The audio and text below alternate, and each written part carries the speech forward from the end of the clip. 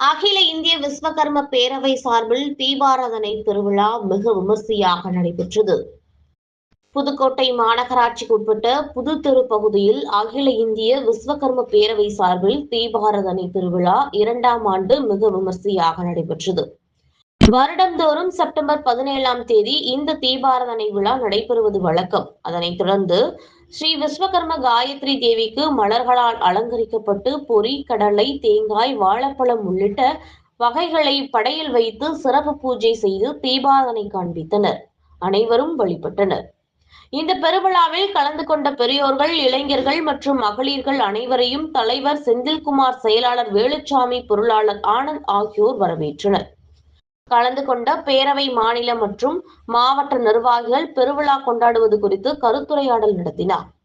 பெருவிழா நிறைவில் அகில இந்திய விஸ்வகர்ம பேரவை சார்பில் நிர்வாகிகள் உரை நிகழ்த்திய போது, மத்திய மாநில அரசுகள் செப்டம்பர் 17ஆம் தேதி அரசு விடுமுறை அறிவிக்க வேண்டும் என கோரிக்கை வைத்தனர். புதுக்கோட்டை மாவட்ட செய்தியாளர் ஆரோக்கியராஜ்.